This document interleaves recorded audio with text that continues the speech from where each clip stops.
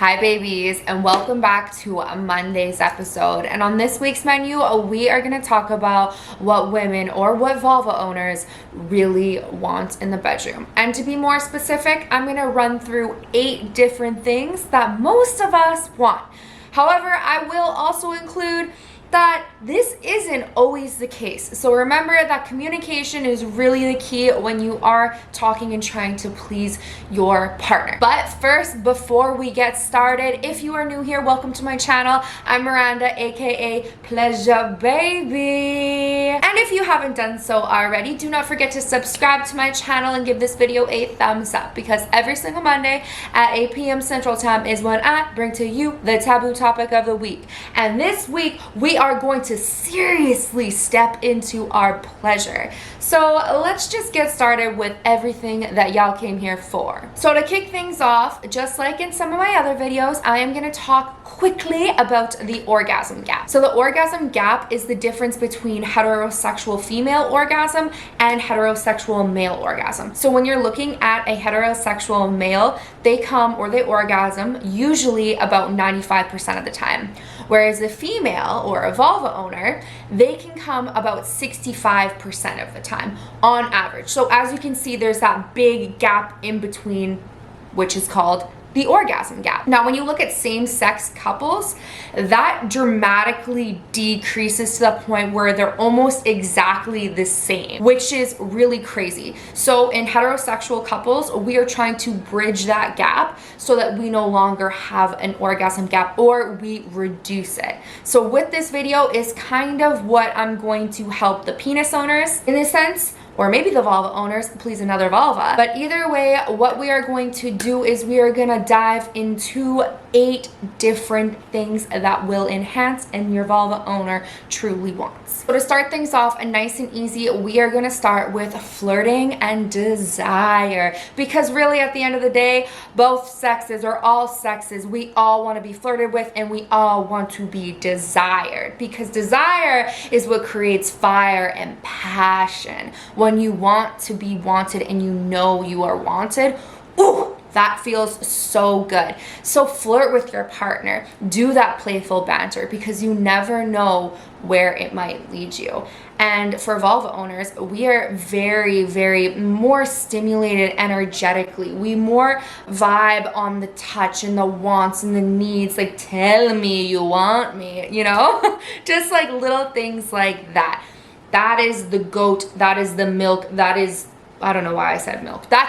That is it. Number 2 is gonna be eye contact, because eye contact shows that you're engaged, you trust the person, and you're communicating without using words. So sustained eye contact can be super, super sexy when you're in the bedroom, when you're kissing, maybe when you're doing foreplay, if you're using a toy on each other. And it doesn't have to be direct gazing into each other's eyes for a very, very long period of time to the point where you feel uncomfortable, but there's a tasteful amount of eye contact. And if you feel halfway through it's too much, or you're not a big fan of eye contact, communicate that over. Another amazing thing that having eye contact with your partner, it signals that you like what you see. Like you like what you see to open your eyes, and you're holding that person and communicating at such an energetic level. And when you guys have locked eyes together, it's just an incredible empowerment of engage and in trust. Number 3 is gonna be teasing.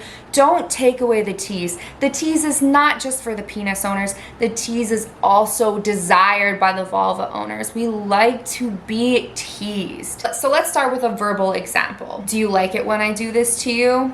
Do you want more of that? Tell me what you want me to do to you. Next could be something more suggestive. Maybe you haven't done foreplay yet, so you start sucking on her fingers or kissing her inner thighs or using your tongue on her neck. Next step is to draw out that pleasure. You don't have to go straight for penetration. You can do a little bit of oral, back out, maybe start kissing erogenous zones, go back down, and then work your way in, because you're trying to build that anticipation, because that's also where desire is formed. Number 4 is gonna be curiosity. So think of this as a way of like checking in with your partner so that their body can relax.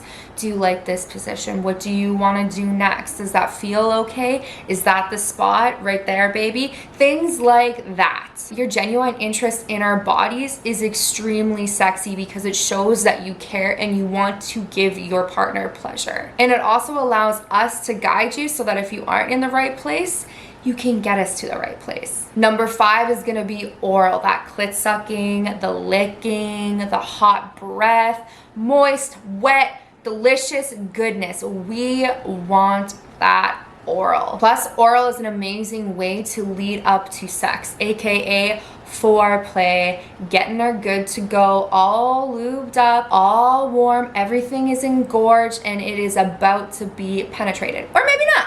I mean, it's totally up to you and your partner. Number 6 is we all want to feel sexy. We all want to feel hot in our own bodies. So if you can sense that your partner is maybe shy or a little bit more uncomfortable with themselves, tell them how beautiful they are, how sexy they are. Tell them how much they turn you on. Making time for somebody's sexual wellness can really help amplify their confidence in the bedroom and outside of the bedroom. Number 7 is trying a variety of different positions. We don't like to be just stuck in one spot. Multiple types of stimulation. We don't want to be bored, just like you probably don't want to be bored either. You can bring up some examples like, let's try doggy, or let's do lotus. Babe, hop on top. Let's do reverse cowgirl. It's all about implanting the seed and working with what you can, but nobody just wants to be stuck in one position for an extended period of time, unless that is the position. Number 8 is gonna be toy enthusiasm. You want the toys to be your wingman. Nothing is more unattractive than the person viewing the toys as the threat or as the competition. These are your tools to help you please the vulva. They give you a little bit of a break and they work tenfold. And you know what? I'm sorry. At the end of the day, you're never gonna work as fast and as consistent as a toy. And that's fine because they all have their own places. But when you and the toy meet the vulva, oh, it can be spicy, fiery, and it's a really great way to spice up the whole bedroom mix. Keep in mind, it doesn't always have to be a vibrator. It can be a dildo, it can be butt plugs, it can be anal beads, nipple clamps, ropes, maybe a little bit of tape. There's sex tape out there so you don't like rip off your skin. The toy list goes on and on and on. And honestly, there's something for everybody. It's just about kind of expanding and opening up and becoming educated on the toys you want to bring in. Now I'm gonna add one more extra one, and it's making sure that you have rhythm. When we say don't stop right there, that doesn't mean switch it up, okay? That means stay consistent, keep going, because you're hitting that spot and I'm here for it and you're about to be here for it too, because I am this close to climax, okay? Or that pleasure is very, very good. So don't stop, don't get all choppy, you know, you go with the flow. It's almost like you're dancing. Everybody loves rhythm. Just like penis owners, if they're with a vulva, they like rhythm when she is on top or they are on top. Now those are just some of my tips for the penis owners out there that are trying to please a vulva. Those are 8 or 9, that bonus little tip there that will get you closer to giving your loved one that pleasure that they deserve. Now if this video was helpful at all, please do not forget to give it a thumbs up and subscribe to my channel. Don't forget to head over to my YouTube, and if you're looking for some bomb ass toys, my link for Lilo is in the description below, where they have amazing toys, and I have a damn big collection back there. And I'm about to get a few more. So hopefully you don't get into a toy addiction just like myself here. I'm just kidding. I literally just collect an abundance of them. Anyways, that's a wrap. I will see you guys next Monday. Now it's time for you guys to go step into your pleasure.